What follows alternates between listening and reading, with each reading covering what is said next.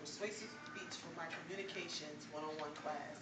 Today I would like to talk to you about child abuse and the effects of child abuse, who is affected by child abuse, and how we can help those that have been abused overcome the effects.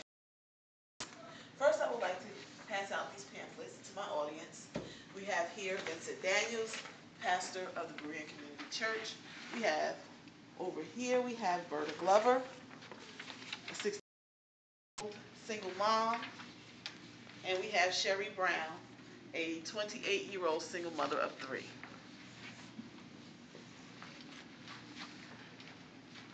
I ask you a question. What is it to abuse a child? If you knew that a child was being abused, would you report it? Look through the photos that I have given you and think about that for a minute. As a foster care case manager, I have witnessed to and encouraged many young women as well as men who have been abused as children, letting them know that no matter what they do, they can become someone who is loved and who is respected by people.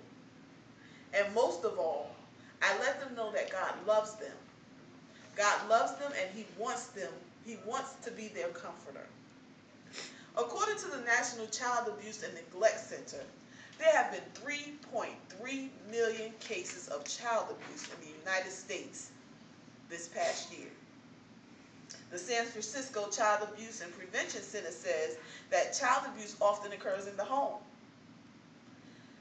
The child often knows the abuser. It could be a parent, a relative, a babysitter, a friend of the family. You will never know.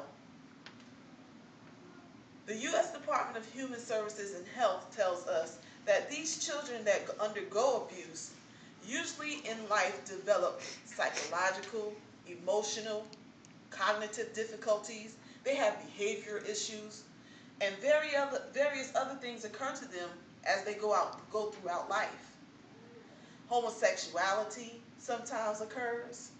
They get into this state of mind that they don't want to be involved with the same sex that their abuser was.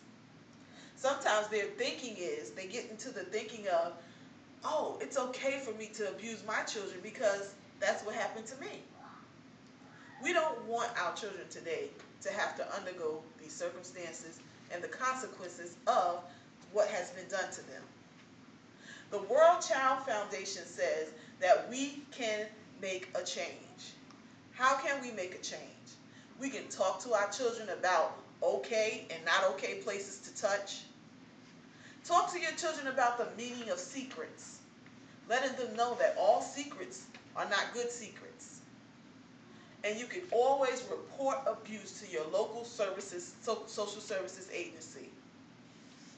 Our children today need to know that God loves them. If they don't, then they will have the same mentality as their abuser, and they too will abuse. We have to understand that our children are precious to us, and they are precious to God.